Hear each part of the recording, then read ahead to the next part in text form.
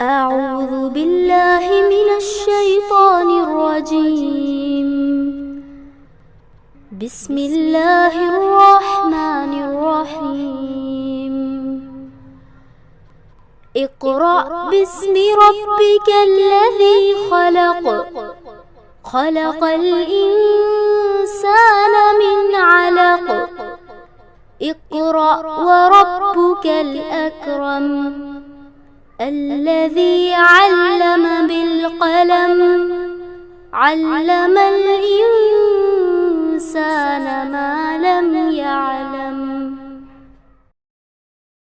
نحمده ونصلي على رسوله الكريم اما بعد فاعوذ باللہ من الشیطان الرجیم بسم اللہ الرحمن الرحیم رب اشرح لی صدری ویسر لی امری واحلل عقدۃ من لسانی یفقہوا قولی رب زدنی علما اللہم انفعنا بما علمتنا وعلمنا ما ينفعنا وزدنا علما آمین یا رب العالمین۔ چلے دیکھتے ہیں سورہ نساء کی آیت نمبر 153 سے۔ اعوذ باللہ من الشیطان الرجیم بسم اللہ الرحمن الرحیم۔ یسألک، وہ آپ سے پوچھتے ہیں۔ کون؟ اہل الکتاب، اہل کتاب، یعنی یہ اہل کتاب آپ سے سوال کرتے ہیں، آپ سے پوچھتے ہیں یا آپ سے مطالبہ کرتے ہیں۔ کس بات کا؟ ان تنزل علیہم، کہ تم اتار لاؤ ان پر، کتاباً، ایک کتاب، من السماء، کہاں سے؟ آسمان سے۔ فقط، سو وہ، سألو، سوال کر چکے، کب؟ موسیٰ سے، کب کرے؟ اکبرہ، سو وہ سوال کر چکے موسیٰ سے اس سے بڑا سوال، من ذالک، اس سے بڑا سوال۔ سألو موسیٰ اکبرہ من ذالک، یعنی وہ پہلے بھی اس طرح سے موسیٰ علیہ السلام سے سوال کر چکے ہیں۔ فقالو، انہوں نے کیا کہا تھا؟ ارنا، دکھا، ارنا اللہ، ہمیں اللہ کو دکھاؤ، دکھائیے ہم کو اللہ کو، جہرتاً، کیسے؟ علانیہ، کھلم کھلا، سامنے۔ تو اللہ نے کیا کیا؟ فَأَخَذَتْهُمُ الصَّاعِقَةُ، تو انہیں پکڑ لیا بجلی نے۔ کیوں؟ بظلمہم، ان کے ظلم کے سبب، ان کے مطالبے کے سبب، ان کے یہ سوال کرنے کے سبب۔ ثم اتخذوا عجلا، پھر انہوں نے بنا لیا بچڑے کو، کیا بنا لیا؟ معبود، من بعد، اس کے بعد، ما جاءتہم البینات، اس کے بعد کہ جو آ گئی ان کے پاس معجزات، نشانی، اس کے بعد انہوں نے بنا لیا۔ فَعَفَوْنَا عَنْ ذَلِكَ، سو ہم نے کیا کیا؟ اسے درگزر کیا۔ وَآتَيْنَا موسیٰ، اور ہم نے موسیٰ کو دیا، کیا عطا کیا موسیٰ علیہ السلام کو؟ سلطانم مبینہ، واضح دلیل، ہم نے صریح فرمان، واضح دلیل ہم نے موسیٰ علیہ السلام کو عطا کیا۔ تو یہاں جو آ رہا ہے یسألک اہل الکتاب، تو یہ اشارہ ہے یہود کی طرف، اور خاص طور پر ان کے جو سردار تھے نا کعب بن اشرف سے یہ مطالبہ، کعب بن اشرف نے یہ مطالبہ کیا تھا، یہ سوال کیا تھا، وہ کیا تھا کہ ان تنزل علیہم کتابا من السماء، کیا آسمان سے ایک کتاب اتار کر لائیں۔ کتاب کا مطلب ہے یہاں تحریر، یعنی تحریر، یعنی ان پر آسمان سے کوئی تحریر لائی جائے۔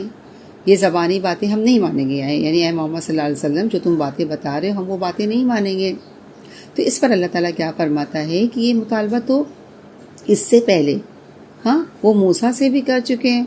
فقط سألوا موسیٰ اکبر من ذالک، یعنی وہ اس سے بولتے نا بڑھ چڑھ کر یہ مطالبہ یہ پہلے بھی کر چکے ہیں۔ اور وہ کیا تھا؟ ارنا اللہ جہرتاً، کیا تھا وہ؟ کہ تم اللہ کو، ہمیں اللہ تعالیٰ کو سامنے دکھائیے۔ تو میری بہنیں، آپ سب لوگوں کو یاد ہوگا نا کہ جب موسیٰ علیہ السلام کتاب لے کر گئے تھے اپنی قوم کے پاس، تو ان کی قوم نے کیا کہا تھا؟ ہم نہیں مانیں گے۔ جب تختی لے کے گئے تھے جس میں تورات کے احکامات لکھے ہوئے تھے، تو وہ کیا کہنے لگے؟ ہم نہیں مانیں گے جب تک کہ ہم اللہ کو اپنے سامنے نہ دیکھیں۔ تو فرمایا جا رہا ہے اے محمد صلی اللہ علیہ وسلم، آج آپ سے یہ کہہ رہے ہیں کہ ہمیں لکھی ہوئی کتاب لا کر دو، اور جب لکھی ہوئی کتاب آئے گی تو کہیں گے کہ اب ہمیں خدا کو دکھاؤ۔ کیونکہ وہ اس سے پہلے بھی موسیٰ علیہ السلام سے کہہ چکے ہیں. جب موسیٰ علیہ السلام نے ان کے سامنے کتاب پیش کی تھی، احکامات پیش کیے تھے، تو انہوں نے کیا کہا تھا کہ ہمیں اللہ تعالیٰ کو کھلم کھلا دکھاؤ. تو اس پر اللہ تعالیٰ نے کیا کیا؟ فَأَخَذَتْهُمُ الصَّاعِقَةُ. ہاں، تو انہیں بجلی نے آ پکڑا ان کے ظلم کی وجہ سے. کیا کس ظلم کی وجہ سے؟ کس ظلم کی وجہ سے اللہ تعالیٰ نے ان کو یہ پکڑ لیا تھا؟ ہاں، وہ یہ تھا کہ ان کا یہ مطالبہ کرنا، یہ سوال کرنا، یہ ظلم تھا. تو میری بہنیں، اس سے کیا پتہ چلتا ہے کہ سوال کرتے وقت انسان کو کیا رہنا چاہیے؟ اپنی حدود میں رہنا چاہیے. یعنی وہ سوال جو گناہ پر مبنی ہو، وہ سوال جو شرک پر مبنی ہو، وہ انسان کو ہلاک کر سکتے ہیں. البقرہ کی آیت 153 میں گزر چکا ہے کہ وَإِذْ قُلْتُمْ يَا مُوسَىٰ لَن نُّؤْمِنَ لَكَ حَتَّىٰ نَرَى اللَّهَ جَهْرَةً، اور پھر فَأَخَذَتْكُمُ الصَّاعِقَةُ وَأَنْتُمْ تَنظُرُونَ. یعنی بنی اسرائیل میں اکثریت لوگوں کی ایسی تھی کہ انہیں موسیٰ علیہ السلام کی زبان پر اعتبار نہیں تھا. جب موسیٰ علیہ السلام تورات لے کر کوہ طور سے واپس لوٹے اور قوم کے سامنے جب کتاب پیش کی، تو کیا کہنے لگے کہ ہمیں یہ کیسے معلوم ہوگا کہ یہ کتاب واقعی اللہ تعالیٰ کی طرف سے ہے اور اللہ تعالیٰ نے آپ سے کلام کیا ہے. تو اس صورتحال سے موسیٰ علیہ السلام بہت پریشان ہو گئے. تو اللہ تعالیٰ نے انہیں کیا فرمایا تھا کہ 70 آدمی کو لے کر اپنے ساتھ کوہ طور پر لے کر آؤ. یاد ہے نا آپ سب کو؟ چنانچہ موسیٰ علیہ السلام نے اپنی قوم کے 70 آدمی منتخب کیے اور انہیں اپنے ساتھ لے کے گئے. ہاں، اور ان لوگوں نے کیا کیا؟ کلام الہی کو سن بھی لیا. کہ جب انہوں نے کلام الہی کو سنا تو کیا کہنے لگے موسیٰ علیہ السلام سے کہ پردے میں سننے کا ہمیں کچھ اعتبار نہیں ہے. ہم تو جب تک اللہ تعالیٰ کو صاف صاف نہیں دیکھیں گے تمہاری بات پر اعتبار نہیں کریں گے. یعنی اس طرح سے انہوں نے کہا. تو اللہ تعالیٰ نے کیا کیا؟ ہاں، ان کے اس مطالبے پر، ان کے اس سوال پر ان پر بجلی گری. ہاں، اور جس نے انہیں کیا کر دیا؟ ختم کر دیا نا، پوری طور پر انہیں وہ ہلاک کر دیا. پھر اللہ تعالیٰ نے جب موسیٰ علیہ السلام سے اللہ تعالیٰ سے دعا کرنے لگے نا کہ اللہ، اگر تیری یہی مشیت تھی تو آج سے پہلے انہیں مجھے بھی ہلاک کر دیتا. کہ آج تو ان نادان لوگوں کی بات پر ہمیں بھی ہلاک کرتا ہے، ہم سب کو ہلاک کرتا ہے. تو اللہ تعالیٰ نے کیا کیا؟ موسیٰ علیہ السلام کی دعا کو قبول فرما کر انہیں دوبارہ زندہ کیا. یہ سارا واقعہ گزر چکا ہے نا. اس کے بعد انہوں نے کیا کیا؟ ثم اتخذوا العجل، پھر انہوں نے بنا لیا بچڑے کو معبود. من بعد ما جاءتهم البینہ، تو انہوں نے کیا کیا؟ ان لوگوں نے بچڑے کو معبود بنا دیا. ساری نشانیاں، ما جاءتهم البینہ، ساری نشانیاں آنے کے بعد بھی، سارے معجزے دیکھنے کے بعد بھی. ہاں دیکھیے میری بہنیں، یہ سورہ اعراف میں انشاءاللہ تعالیٰ آگے آئے گا کہ جب یہ قوم سمندر پار ہوئی، یعنی فرعون سے نجات ہوئی اور یہ لوگ سمندر پار ہوئے، تو آتا ہے اس میں آیت نمبر 138 میں سورہ اعراف میں آتا ہے وَجَوَزْنَا بِبَنِي إِسْرَائِيلَ الْبَحْرَ فَأَتَوْا عَلَىٰ قَوْمٍ يَعْكُفُونَ عَلَىٰ أَصْنَامٍ لَهُمْ قَالُوا يَا مُوسَىٰ اجعل لنا إِلَٰهًا كَمَا لَهُمْ إِلَٰهٌ. یعنی بنی اسرائیل کو جب ہم نے سمندر سے گزار دیا اور پھر وہ چلے اور راستے میں ایک ایسی قوم پر ان کا گزر ہوا جو اپنے چند بتوں کی گرویدہ بنی، یعنی چند بتوں کی عبادت میں لگی تھی. تو بنی اسرائیل موسیٰ علیہ السلام سے کیا کہتی ہے کہ اے موسیٰ، ہمارے لیے بھی کوئی ایسا بت بنا دے جیسے ان لوگوں کے معبود ہے. یعنی میری بہنیں، کہنے کا یہ مطلب ہے کہ بت پرستی، یعنی بچڑا کہنا چاہیے، یا بت پرستی ان کے ذہن میں، ان کے دلوں میں اتنی رچ بس گئی تھی کہ فرعون کی غلامی سے چھٹکارا پانے کے بعد بھی وہ اسی میں غرق تھے. سمندر تو پار ہو گئے مگر بت پرستی کے سمندر میں غرق ہو گئے نا. اور پھر ہم دیکھتے ہیں اتنی کھلی نشانیاں. ہاں، کیا لگا؟ ما جاءتهم البینہ، اتنی نشانیاں آ جانے کے بعد بھی، یعنی کھلی نشانیوں سے مراد وہ نشانی ہے جو حضرت موسیٰ علیہ السلام کے رسول مقرر ہونے کے بعد سے لے کر فرعون کے غرق ہونے اور بنی اسرائیل کے مصر سے نکلنے تک پے در پہ کتنی نشانیاں دیکھی. اور اس کے بعد بھی جب وہ جزیرہ نما سینا میں آئے، وہاں بھی اللہ تعالیٰ نے کتنی ان پر ہے نا کتنی نشانیاں انہوں نے دیکھی، اللہ تعالیٰ کے معجزات دیکھے. اس کے باوجود بھی ان لوگوں نے کیا کیا؟ بچڑے کو معبود بنا لیا. اب دیکھتے ہیں معجزات سے کیا مراد ہے. عصائے بیدا ہے نا، عصا ہے موسیٰ علیہ السلام کا، اور ید بیدا ہے، جو اپنا ہاتھ اٹھاتے تھے تو روشن ہو جاتا تھا نا. اور پھر ہے نا آل فرعون پر بہت سارے عذاب آئے جو سورہ اعراف میں چل کر آئے گا کہ چچڑیوں، جوؤں، مینڈکوں اور خون کا عذاب جو موسیٰ علیہ السلام کی دعا سے دور ہو جاتا تھا.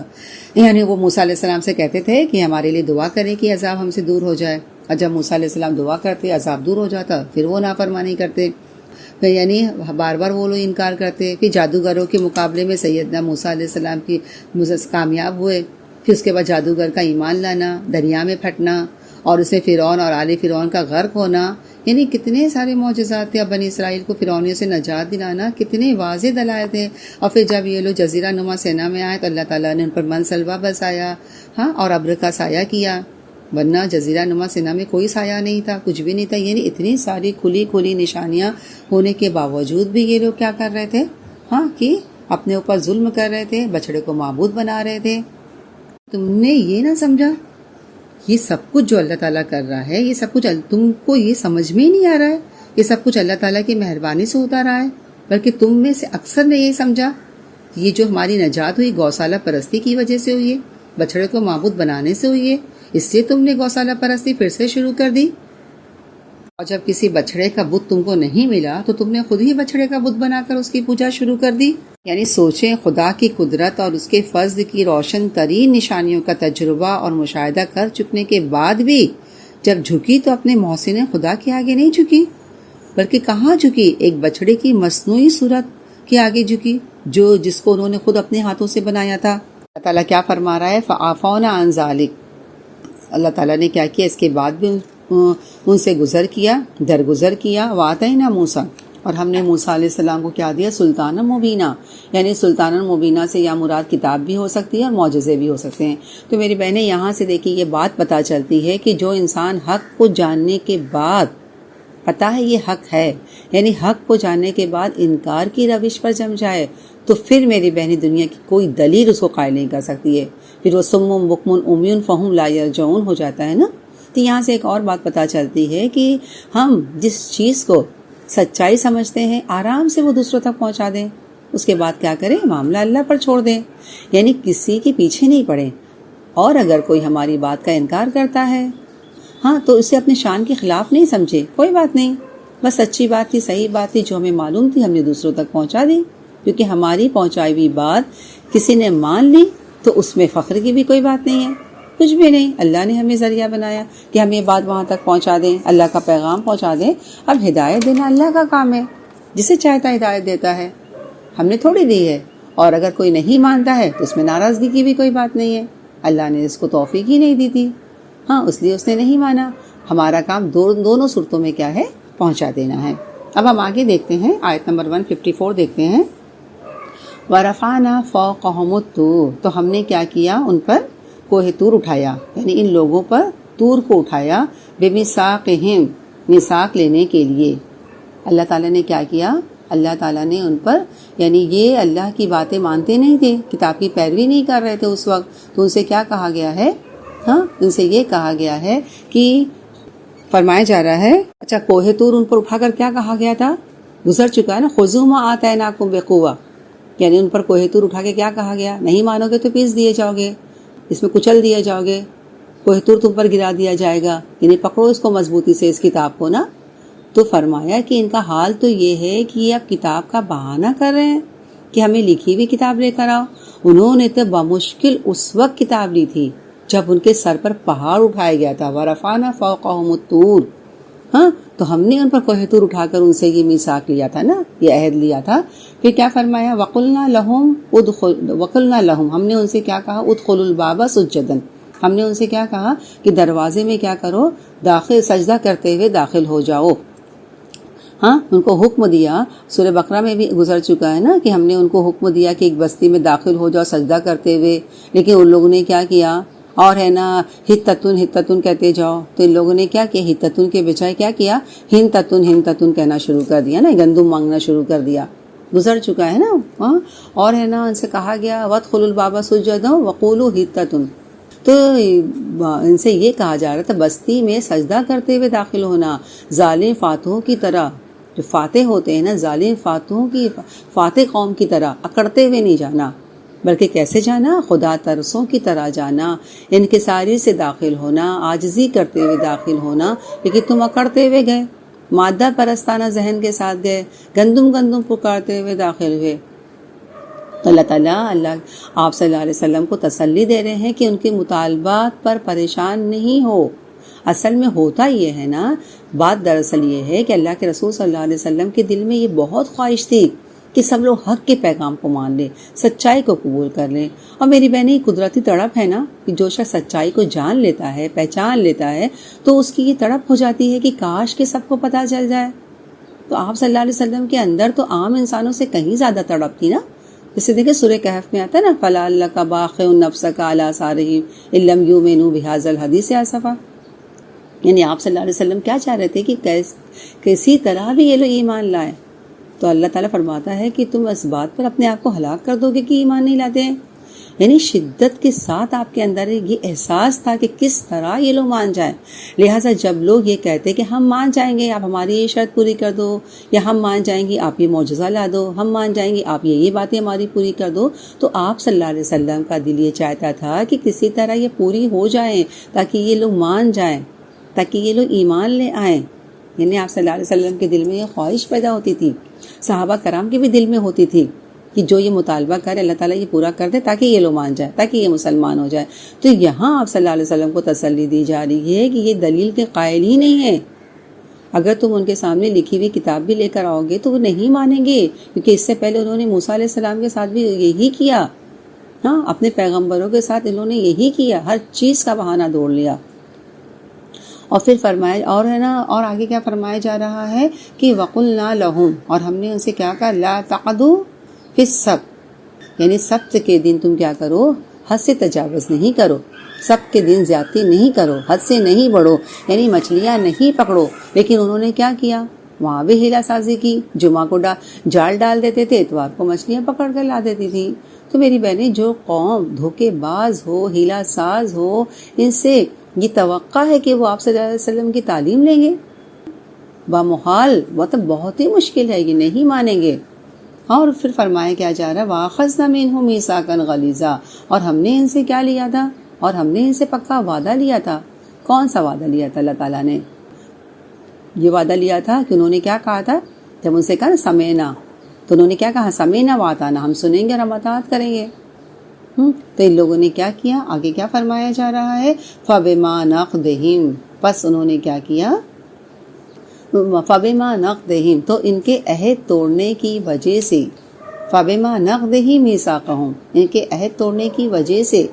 کون سا عہد تھا، کیا انہوں نے عہد توڑ دیا، وَأَطَعْنَا کی جگہ پہ انہوں نے کیا کہا، وَعَصَيْنَا، ہم نہیں مانیں گے، نافرمانی کریں گے۔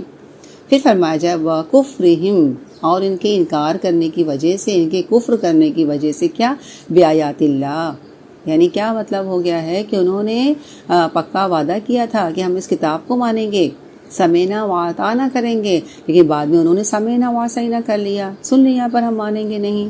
اچھا، یہاں جو ہے بِآیاتِ اللہ ہے، آیات سے مراد احکامات بھی ہو سکتے ہیں اور معجزات بھی ہو سکتے ہیں۔ اور ان کا اگلا جرم کیا ہے، وَقَتْلِهِمُ الْأَنْبِيَاءَ، اور ان کی انبیاء کو ناحق قتل کرنے کی وجہ سے۔ اور ان لوگوں نے کیا کیا، انبیاء کو ناحق قتل کیا۔ بنی اسرائیل دیکھیے اپنے پیغمبروں کے ساتھ جو کچھ لوگ کرتی تھی وہ پیچھے آپ لوگوں کا گزر چکا ہوگا نا، کہ یہاں جو فرمایا جا رہا ہے نا کہ انبیاء کو ناحق قتل کرتے تھے، یعنی جو بھی انہوں نے سلوک کیا، جس طرح سے پیغمبروں کو ستایا، وہ آپ سب سن چکے۔ صرف میں ایک واقعہ آپ کو حضرت یحییٰ علیہ السلام کے بارے میں بتاتی ہوں، اور یہ حضرت عیسیٰ علیہ السلام کے واقعہ صلیب سے 2-2.5 سال پہلے کا واقعہ ہے۔ یعنی جو ہے نا، حضرت یحییٰ علیہ السلام ان کے عہد میں جہاں وہ دعوت کا کام کر رہے تھے، وہاں ایک یہودی فرمان روا تھا، یہودی حکمران تھا، جس کا نام ہیرود اینٹیپوس تھا، یعنی جس کی ریاست میں یحییٰ علیہ السلام دعوت کا کام کر رہے تھے، دعوت حق کی خدمت انجام دے رہے تھے۔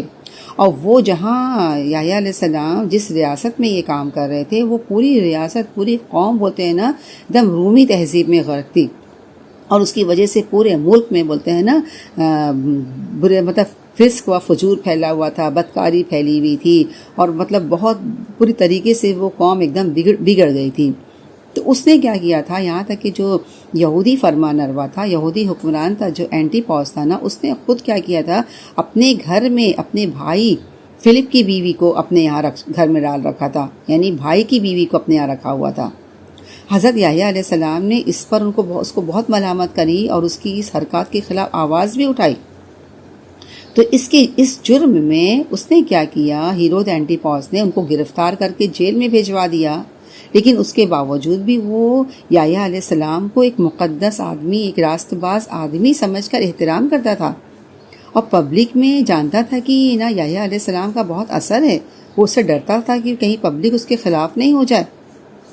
لیکن جس عورت کو اس نے اپنے گھر میں رکھ لیا تھا، فلپ کی جو بیوی تھی، وہ کیا یہ سمجھ رہی تھی کہ یحییٰ علیہ السلام جو یہ اخلاقی روح قوم میں پھونک رہے ہیں تو اس سے کیا ہوگا، وہ لوگوں کی نگاہ میں تو پھر اس جیسی عورت کو ذلیل کیے دے رہے ہیں، اس کی پھر کوئی عزت نہیں رہ جائے گی، لوگ تو اس کو بہت ہی غلط نگاہ سے اس کو دیکھیں گے۔ یعنی وہ عورت جس کو اس نے اپنے گھر میں رکھا تھا، اس لیے وہ عورت کیا ہو گئی، جو فلپ کی بیوی تھی، وہ یحییٰ علیہ السلام کی جان کے پیچھے پڑ گئی۔ آخر کار اس نے وہ موقع پا لیا جب ہیرود اینٹیپاس کی سالگرہ کے جشن کے موقع پر اس کو یہ موقع مل گیا جس کی وہ طاق میں تھی، انتظار میں تھی۔ اب ہوا کیا کہ جشن کے دربار میں اس کی بیٹی، یعنی جو فلپ کی جو بیوی تھی نا، اس کی بیٹی نے کیا کیا، بہت اچھا رقص کیا، ڈانس کیا، جس پر خوش ہو کر اس حکمران نے کہا کہ کیا مانگتی ہو؟ بیٹی نے کیا کیا، اپنی فائشہ ماں سے پوچھا کہ میں کیا مانگوں، تو ماں نے کہا کہ یحییٰ کا سر مانگ لے۔ چنانچہ اس نے کیا کیا، اس حکمران سے ہیرود اینٹیپاس کے سامنے ہاتھ باندھ کر عرض کیا کہ مجھے یوحنا بپتسمہ دینے والے کا سر ایک تھال میں رکھوا کر ابھی منگوا دیجیے۔ کہتے ہیں وہ حکمران یہ سن کر بہت غمگین ہوا، مگر محبوبہ کی بیٹی کا تقاضا کیسے رد کر سکتا تھا، جس نے فوراً قید خانے سے یحییٰ علیہ السلام کا سر کٹوا کر منگوایا اور ایک تھال میں رکھ کر رقاصہ کی نظر کر دیا۔ یہ ہے میری بہنیں ان لوگ کا کردار، اپنے نبیوں کے ساتھ، اپنے رسولوں کے ساتھ کیا معاملہ کرتی تھی۔ سوچیں کتنی بگڑی ہوئی قوم تھی نا یہ۔ اور پھر کیا ہے آگے، وقولہم، اور ان کا کہنا، قلوبنا غلف، ہمارے دل کیا ہے، ہمارے دل غلاف میں ہے۔ یعنی جب ان سے کہا گیا کہ اطاعت کرو تو انہوں نے کیا کہا، ہمیں تو آپ کی بات سمجھ میں نہیں آ رہی ہے، ہمیں آپ کی بات سمجھ، ہمارے دل تو غلاف میں ہے۔ وہ لوگ اس بات پر فخر کرتے تھے کہ جو خیالات، جو رسم و رواج ہم نے اپنے باپ دادا سے پائی ہے، اس پر ہمارا عقیدہ بہت پختہ ہے، اتنا پختہ ہے کہ کسی طرح بھی ہم ان سے نہیں ہٹائے جا سکتے ہیں۔ یعنی جب کبھی خدا کی طرف سے پیغمبروں نے آ کر ان کو سمجھانے کی کوشش کی تو انہوں نے ان کو یہی جواب دیا کہ تم خواہ کوئی بھی دلیل لاؤ، کوئی بھی آیت لاؤ، کچھ بھی کہو، ہم تمہاری کسی بات کا اثر نہیں لیں گے، ہم تمہاری کچھ بھی نہیں مانیں گے، جو کچھ مانتے اور کرتے ہم چلے آ رہے ہیں وہی مانتے اور کرتے چلے آئیں گے، ہم تمہاری بات کا ہم پر کوئی اثر نہیں ہونے والا ہے، ہم تمہاری بات نہیں مانیں گے۔ تو اللہ تعالیٰ فرماتا ہے یہ جو نہیں مانتے ہیں نا، یہ دراصل کیا، بد طبع اللہ علیہا، اللہ تعالیٰ نے کیا کیا ہے، ان کے بد طبع اللہ علیہا بکفرہم، اللہ تعالیٰ نے کیا کیا ہے، ان کے کفر کی وجہ سے ان کے دلوں پر مہر لگا دی ہے، اور وجہ یہ ہے فَلَا يُؤْمِنُونَ إِلَّا قَلِيلًا، اس وجہ سے یہ بہت ہی کم ایمان لاتے ہیں۔ تو میری بہنیں، اس آیت سے یہ بتایا جا رہا ہے، اس آیت میں، کہ موسیٰ علیہ السلام پر تورات کی تختیاں جو نازل کی گئی تھی، لکھی ہوئی کتاب ان کے پاس آئی تھی، تو اس پر یہ لوگ کیسا ایمان لائے، کیسا عمل کیا؟ تب یہ کس منہ سے نئے نبی سے ویسے ہی کتاب کا مطالبہ کر رہے ہیں؟ پچھلی کتاب کا حال تو انہوں نے یہ کیا، اور اب مزید ویسا ہی مطالبہ۔ یہ محض کیا ہے، حجت بازی کر رہے ہیں نا، یعنی انہیں ماننا نہیں ہے۔ فَلَا يُؤْمِنُونَ إِلَّا قَلِيلًا، ان میں سے تو بہت کم ماننے والے ہیں، کیونکہ جو قوم اللہ کے ساتھ مذاق کرے، اللہ کے عہد کو توڑے، حجت بازی کرے، ایک سچے نبی کے ساتھ بے وجہ بیر رکھے، دشمنی رکھے، وہ قوم اللہ کی رحمت سے محروم ہو جاتی ہے، اس کے دل سخت ہو جاتے ہیں، بے حس ہو جاتے ہیں، اس لیے وہ ایمان کی دولت سے مالا مال نہیں ہو سکتے۔ اب ان کا قصور آگے بھی دیکھیں بتایا جا رہا ہے، کنٹینیو کیا جا رہا ہے۔ آیت نمبر 156 دیکھ لیتے ہیں، وَبِكُفْرِهِمْ، اور ان کے کفر کی وجہ سے۔ اب یہاں کس کفر کی طرف اشارہ ہے؟ یعنی عیسیٰ علیہ السلام کا کفر، عیسیٰ علیہ السلام کا انکار کرنا، اور کیا ہے، وقولہم، اور ان کے قول کی وجہ سے، علی مریم، اوپر مریم کے، بہتانن عظیمہ، بہتان عظیم کے ساتھ۔ یعنی کیا مطلب ہو گیا، یعنی اپنے کفر میں اتنے بڑے کہ مریم علیہ السلام پر بہتان عظیم لگا دیا، کھلا بہتان لگا دیا۔ میری بہنیں، آپ سب جانتے ہیں کہ حضرت عیسیٰ علیہ السلام کی جو ولادت ہوئی تو وہ بن باپ کی ہوئی تھی، اللہ کے کلمے کے ساتھ ہوئی تھی، کلمہ کن کے ذریعے ہوئی تھی نا۔ تو جب عیسیٰ علیہ السلام کی دیکھی پیدائش، تھوڑی سی میں آپ کو بات بتاتے چلتی ہوں۔ عیسیٰ علیہ السلام کی پیدائش کا جو معاملہ تھا نا، یہودی قوم میں بولتے ہیں نا، ذرہ برابر بھی مشتبہ نہیں تھا، یعنی جب عیسیٰ علیہ پیدا ہو کر آئے اور جس روز وہ پیدا ہوئے اسی روز اللہ تعالیٰ نے پوری قوم کو اس بات پر گواہ بنا دیا تھا یہ ایک غیر معمولی شخصیت کا بچہ ہے جس کی ولادت معجزے کا نتیجہ ہے، نہ کہ کسی اخلاقی جرم کا۔ اور جب بنی اسرائیل کی ایک کہتے ہیں نا شریف ترین مشہور نامور مذہبی گھرانے کی بن بہائی لڑکی حضرت مریم علیہ السلام گود میں بچہ لیے ہوئے آئی، اور قوم کے بڑے چھوٹے سینکڑوں ہزاروں کی تعداد میں لوگ اس کے گھروں کے آگے بولتے نا کہ ہجوم کر گئے، تو اس لڑکی نے حضرت مریم علیہ السلام نے ان کے سوالات کا جواب دینے کے بجائے، یعنی ہر طرف سے لوگوں نے سوالات کی بوچھار کر دی تھی، اور جب ہے نا تو حضرت مریم نے کیا کیا، ان کے سوالات کا جواب دینے کے بجائے خاموشی سے ساتھ اس نے کیا کیا، اس بچے کی طرف اشارہ کر دیا کہ یہ تمہیں جواب دے گا۔ اب پورا مجمع حیرت میں تھا کہ اس بچے سے ہم کیا پوچھیں جو بھی گہوارے میں لیٹا ہوا ہے، جو بھی گود میں ہے، مگر یکائک کیا ہوتا ہے وہ بچہ بولنا شروع کر دیتا ہے، اور اتنی صاف اور فصیح زبان میں مجمع کو خطاب کر کے کیا کہتا ہے، انی عبداللہ، میں اللہ کا بندہ ہوں، آتانی الکتاب، مجھے اللہ تعالیٰ نے کتاب عطا کری ہے، وجعلنی نبیہ، مجھے نبی بنایا ہے۔ یہ آگے انشاءاللہ سورہ مریم میں آئے گا۔ یعنی اس طرح اللہ تعالیٰ نے اس شبہ کو ہمیشہ کے لیے جڑ کاٹ دی جو ولادت مسیح کے بارے میں پیدا ہوئی تھی۔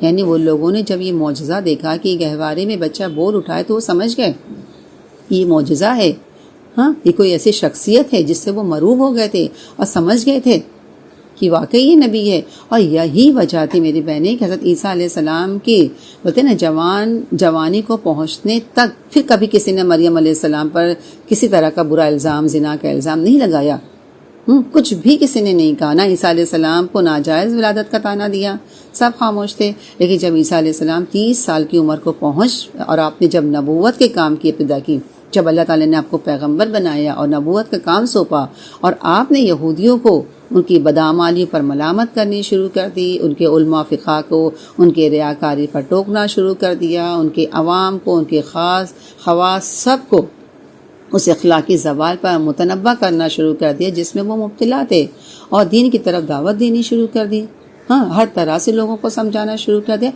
پھر یہ لوگ پورے لوگ کیا ہو گئے، عیسیٰ علیہ السلام کے پیچھے پڑ گئے، اور اس وقت انہوں نے وہ بات کہی جو 30 سال تک نہیں کہی تھی۔ مریم علیہ السلام معاذ اللہ زانیہ ہیں، اور عیسیٰ علیہ السلام جو عیسیٰ ابن مریم ولد الزنا ہیں۔ یعنی ہر طرح سے لوگوں نے الزام لگایا، کیونکہ اور بعض روایت میں یہ بھی آتا ہے کہ حضرت زکریا علیہ السلام پر ان لوگوں نے تہمت لگا دی تھی، کیونکہ وہ ان کی کفالت کر رہے تھے۔ بعض روایت میں یوسف نجار کے ساتھ نعوذ باللہ حضرت مریم کے تعلق کو ثابت کرنے کی کوشش کر رہے تھے، یعنی یہ ان کا وہ تھا۔ تو اسی لیے یہاں فرمایا جا رہا ہے نا، وَكُفْرِهِمْ قَوْلِهِمْ عَلَى مَرْيَمَ بُهْتَانًا عَظِيمًا، اپنے کفر میں اتنے بڑے کہ مریم علیہ السلام پر سخت بہتان لگا دیا۔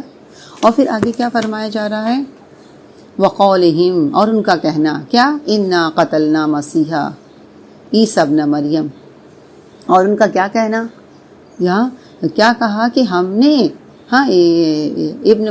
کیا کرے، عیسیٰ ابن مریم کو ہم نے قتل کیا ہے، جو کیا ہے، رسول اللہ، جو اللہ کے رسول ہیں۔ تو یہاں یہود کا ایک جرم تو یہ تھا، پہلا جرم کیا تھا کہ مریم علیہ السلام پر تہمت لگا دی، اور عیسیٰ علیہ السلام کو ولد الزنا کہا، ولد الحرام کا نعوذ باللہ۔ اور دوسرا جرم ان کا یہ تھا کہ ان کا یہ دعویٰ کر رہے تھے یہ کہ ہم نے عیسیٰ علیہ السلام کو سولی چڑھا دیا، ہم نے عیسیٰ علیہ السلام کو قتل کر دیا۔ گویا عیسیٰ علیہ السلام کی پیدائش جو معجزانہ طور پر ہوئی تھی اور عیسیٰ علیہ السلام کو معجزانہ طور پر اٹھا لیا گیا تھا، ان دونوں باتوں کا یہ انکار کرتے ہیں۔ تو اسی لیے یہاں فرمایا جا رہا ہے، وَمَا قَتَلُوهُ وَمَا صَلَبُوهُ، نہ ان لوگوں نے عیسیٰ علیہ السلام کو قتل کیا، نہ ان لوگوں نے عیسیٰ علیہ السلام کو صلیب پر چڑھایا ہے، وَلَٰكِن شُبِّهَ لَهُم، بلکہ معاملہ ان کے لیے مشتبہ کر دیا، معاملہ ان کے لیے کنفیوز کر دیا ہے، معاملہ ان سب کے لیے مشتبہ کر دیا۔ اور حالانکہ دونوں ہی چیز جو معجزات میں تھی نا، ماں اور بیٹے دونوں پر الزام لگا رہے تھے، تو کیا فرمایا جا رہا ہے، ان کا یہ قول بھی بڑا جرم ہے کہ ہم نے عیسیٰ ابن مریم کو قتل کیا۔ اور ویسے بھی دیکھیں اس میں دو جرم ہیں، یعنی ایک تو بولتے ہیں نا سینہ زوری، جو بولتے ہیں نا، ایک تو کرتے بھی اوپر سے سینہ زوری، یعنی ایک تو غلط کام کرتے ہیں اوپر سے سینہ ٹھوک کر تم ہے نا اقرار بھی کرتے ہو۔ میری بہنیں ہم دیکھیں تو اس میں دو جرم ہیں، ایک یہ کہنا کہ رسول اللہ کو قتل کیا، نعوذ باللہ، کتنی بڑی بات ہے، کتنی بری بات ہے۔ اور جب قتل کیا ہی نہیں اور کر ہی نہ سکے تو اس پر ایک جھوٹ گھڑ دیا کہ تمام تر چیزیں خود جھوٹ گھڑ دیا، یعنی جب قتل کیا ہی نہیں اور کر ہی نہیں سکے تو اس پر ایک جھوٹ اور گھڑ دیا کہ ہم نے قتل کیا ہے، تو یہ تمام تر چیزیں ان کو کیا بنا دیا ہے، وَلَٰكِنَّ شُبِّهَ لَهُمْ، ان کو مشکوک بنا دیتی ہے۔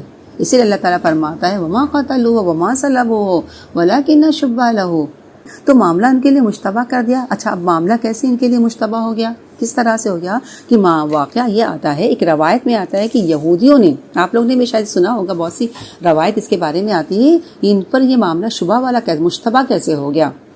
تو ایک روایت میں آتا ہے یہودیوں نے کیا کیا تھا، ایک شخص جس کا نام تھا تطلانوس، تو یہ تو لام الف نون واو سین، تطلانوس، ہاں، اس کو حضرت عیسیٰ علیہ السلام کے قتل کے لیے بھیجا گیا تھا۔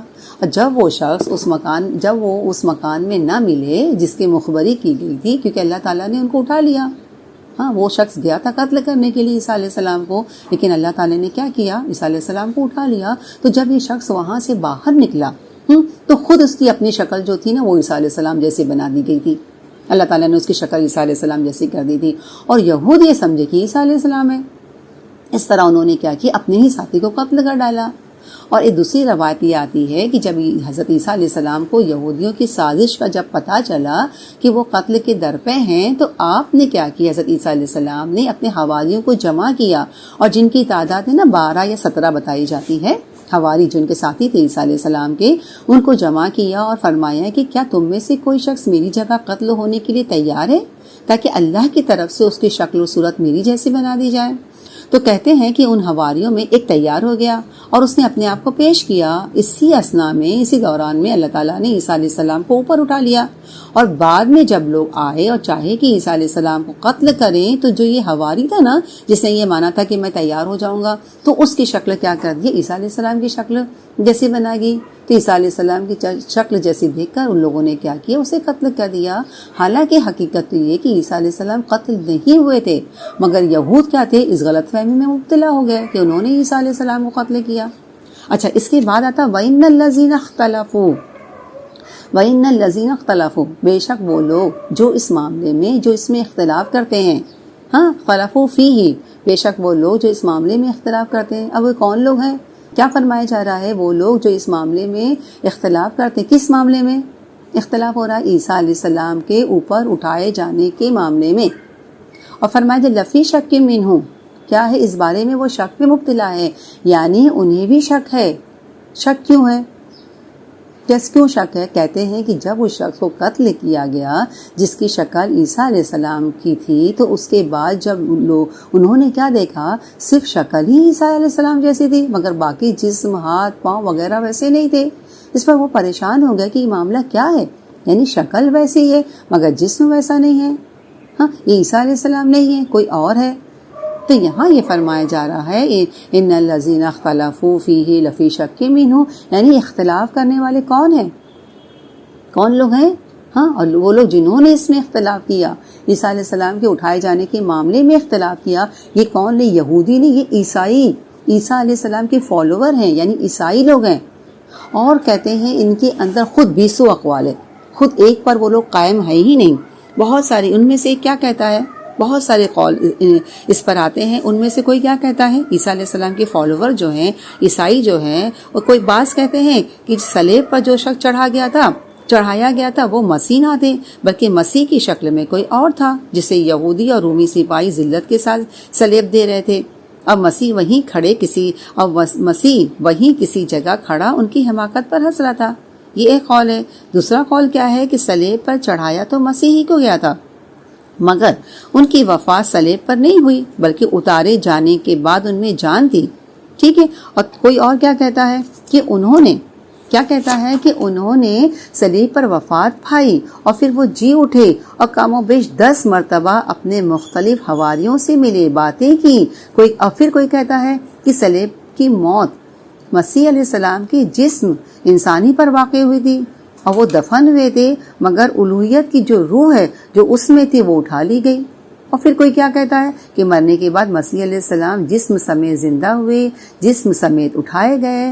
ہاں ظاہر ہے کہ اگر ان لوگوں کے پاس حقیقت کا علم ہوتا تو اتنی مختلف باتیں مشہور نہیں ہوتی نا۔ تو ان میں کیا ہے، بے شمار باتیں، بے شمار اختلافات ہے۔ اب آگے کیا فرمایا جا رہا ہے، آگے فرمایا جا ما لہم بہ من علم، نہیں ہے ان کے پاس اس کا کوئی علم۔ کیا ہے، الا اتباع الظن، کیا ہے ان کے پاس، صرف ظن کی پیروی کر رہے ہیں، صرف گمان کی پیروی کر رہے ہیں، کوئی ان کے پاس علم نہیں ہے، کوئی ان کے پاس وہ نہیں ہے، یعنی کیا مختلف خیالات اور گمان کی پیروی کر رہے ہیں۔ تو اللہ تعالیٰ کیا فرماتا ہے، وما قتلوہ یقیناً، کیا فرماتا ہے، انہوں نے اس کو یقینی طور پر قتل نہیں کیا، بل رفعہ اللہ، بلکہ اللہ نے کیا کیا، اپنی طرف اٹھا لیا۔ کیوں، بل رفعہ اللہ الیہ، اللہ تعالیٰ نے عیسیٰ علیہ السلام کو اپنی طرف اٹھا لیا۔ کیوں، وکان اللہ عزیزا حکیما، اللہ تعالیٰ کیا ہے، اللہ تعالیٰ زبردست ہے، اللہ تعالیٰ حکیم ہے، حکمت والا ہے۔ آگے فرمایا جا رہا ہے وَإِن مِّنْ أَهْلِ الْكِتَابِ، اور اہل کتاب میں سے کوئی ایسا بھی ہے، اہل کتاب میں سے وَإِن مِّنْ أَهْلِ الْكِتَابِ إِلَّا لَيُؤْمِنَنَّ بِهِ قَبْلَ مَوْتِهِ، یعنی اہل کتاب میں سے کوئی ایسا نہیں ہوگا جو اس کی موت سے پہلے اس پر ایمان نہیں لائے گا۔ تو میری بہنیں، کس کی موت سے پہلے، جو اپنی موت سے، جو اس کی موت سے پہلے ایمان نہیں رہے گا۔ تو یہاں جو موت ہی، اس کی موت سے پہلے، تو یہاں جو ہے نا اس کی موت، اس کے دو معنی بیان کیے گئے مفسرین نے۔ ایک یہ ہے کہ مرنے والے کی اپنی موت سے پہلے وہ عیسیٰ علیہ السلام پر ایمان لا دیں، یعنی جب کوئی شخص مرتا ہے اور غیب کے پردے اس کے آگے سے ہٹ جاتے ہیں تو اس کو اصل حقیقت پتہ چل جائے گی کہ واقعی عیسیٰ علیہ السلام پیغمبر تھے، اللہ کے رسول تھے۔ اور دوسرا کیا معنی ہے، عیسیٰ علیہ السلام جب دوبارہ دنیا میں آئیں گے اور یہاں آ کر جب ان پر اصلی موت آئے گی تو جتنے بھی اہل کتاب اس وقت موجود ہوں گے وہ لازماً عیسیٰ علیہ السلام پر ایمان لے آئیں گے، یعنی پھر کوئی شخص یہودی اور عیسائی نہیں رہے گا بلکہ سب کے سب مسلمان ہو جائیں گے۔ یعنی حضرت عیسیٰ علیہ السلام کی طبعی موت سے پہلے ان پر ضرور ایمان لے آئیں گے۔ اور پھر فرمایا جا رہا ہے یوم القیامت، اور قیامت کے دن کیا ہو گیا، یکون علیہم شہیدا، وہ ان کے خلاف گواہی دیں گے، اور قیامت کے روز وہ ان کے خلاف گواہی دیں گے۔ کون گواہی دے گا، عیسیٰ علیہ السلام، یعنی عیسیٰ علیہ السلام ان لوگوں کے عقائد کا انکار کریں گے۔ جہاں تک اس بات کا تعلق ہے کہ عیسیٰ علیہ السلام دوبارہ اس دنیا میں آئیں گے تو صحیح حدیث سے ہمیں اس کی تفصیلات ملتی ہیں نا، کہ قیامت قائم نہیں ہوگی جب تک کہ 10 نشانیاں نہ ظاہر ہو جائیں۔ اس میں ایک نشانی کیا ہے، معلوم ہے نا آپ سب لوگوں کو، عیسیٰ علیہ السلام کا نزول، عیسیٰ علیہ السلام کا دوبارہ دنیا میں آنا۔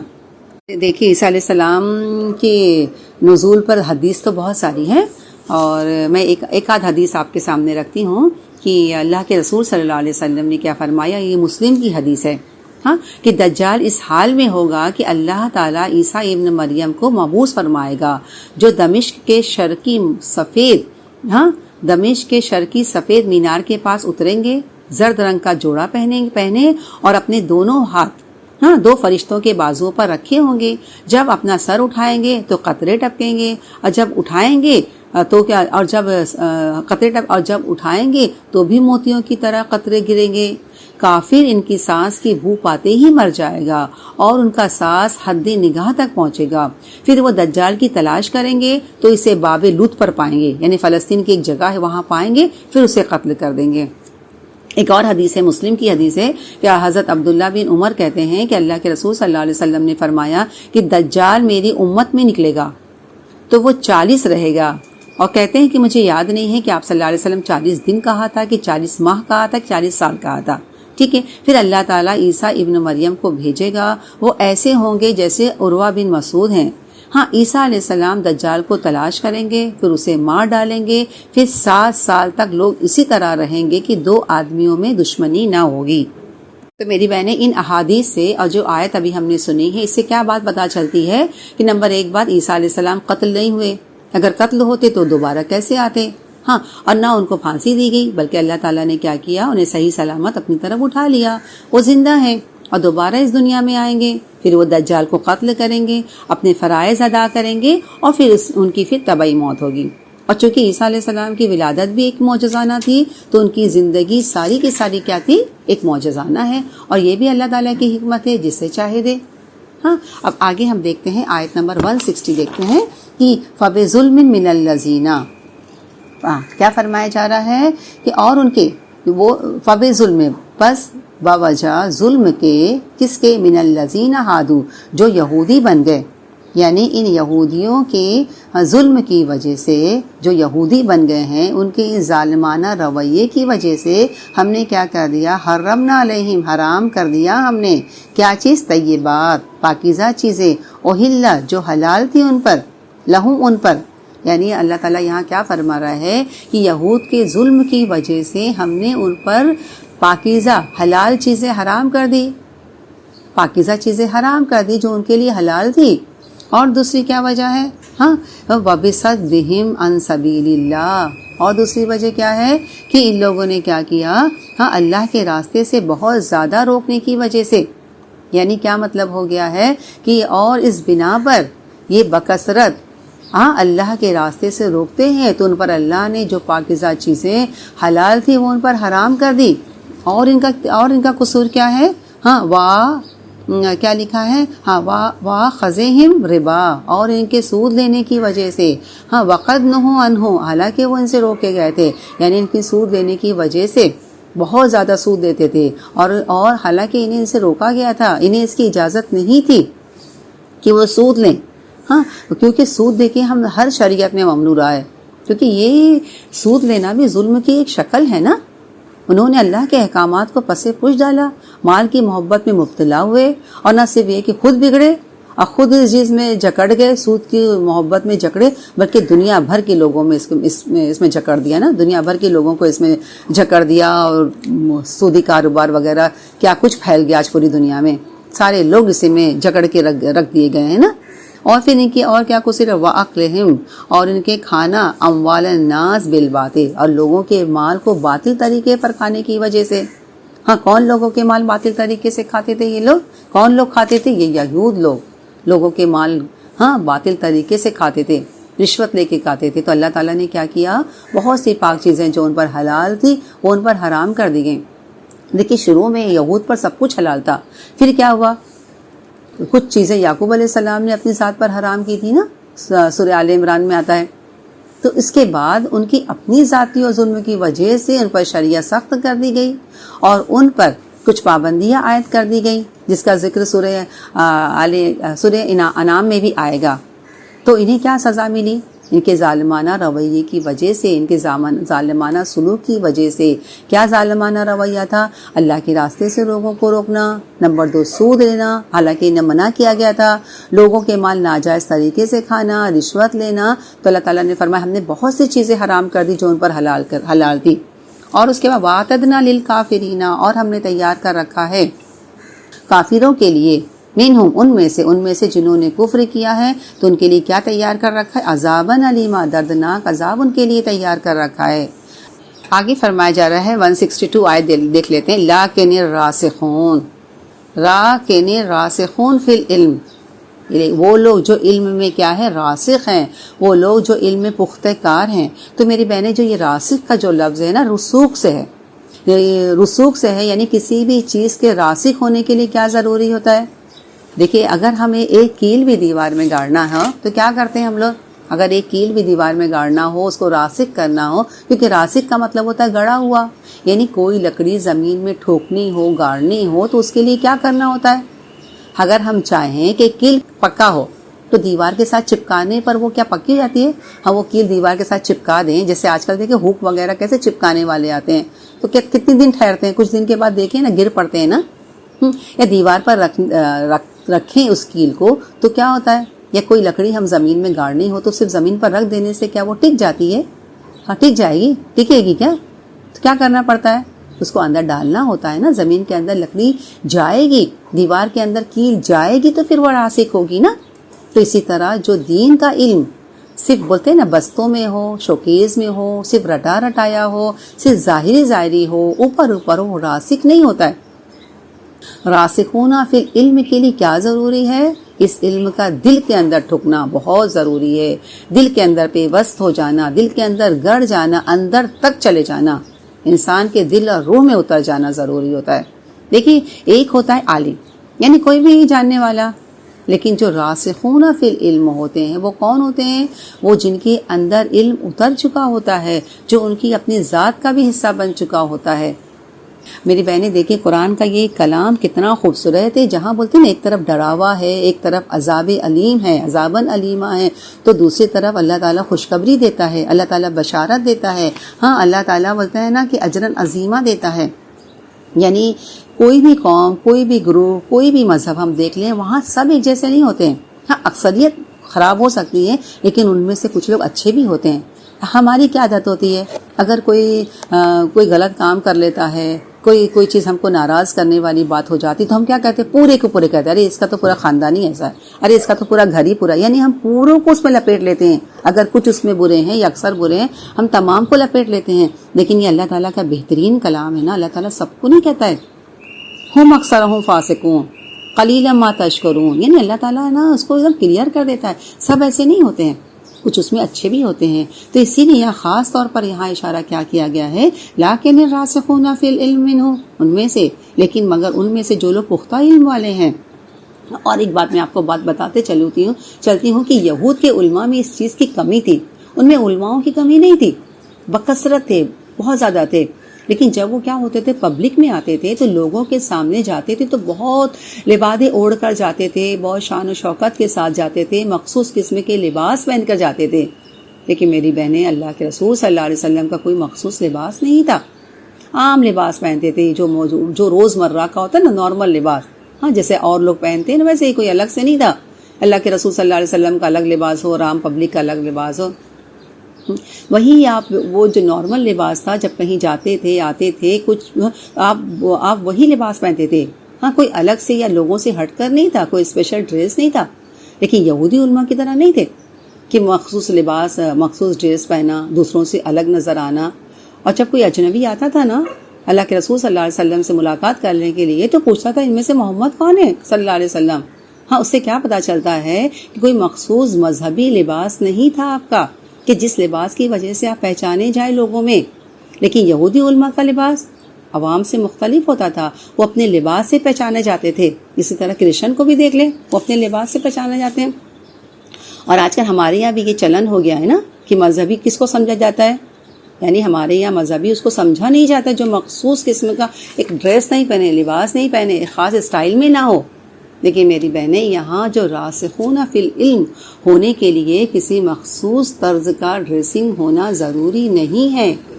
ہاں یہ الگ بات ہے کہ ڈریس جو ہوتا ہے ہونا وہ صاف ستھرا ہونا چاہیے، عبادت کے لیے زیب و زینت اختیار کی جائے، یہ ایک مختلف چیز ہے۔ اسی لیے یہاں فرمایا جا رہا ہے جو راسخون فی العلم ہے، دین صرف زبانوں پر نہیں ہونا چاہیے، صرف حلق تک ہی نہیں ہونا چاہیے کہ صرف حلق تک ہی نہیں، ہاں بلکہ حلق سے اتر کر دل تک جانے والا ہو، یعنی نہ صرف زبان پر ہو اور بلکہ کیا ہونا چاہیے، حلق تک ہی نہیں ہونا چاہیے بلکہ اس سے اتر کر دل تک جانے والا ہو، دل سے پوری روح اور پوری شخصیت تک اثر انداز ہونا چاہیے۔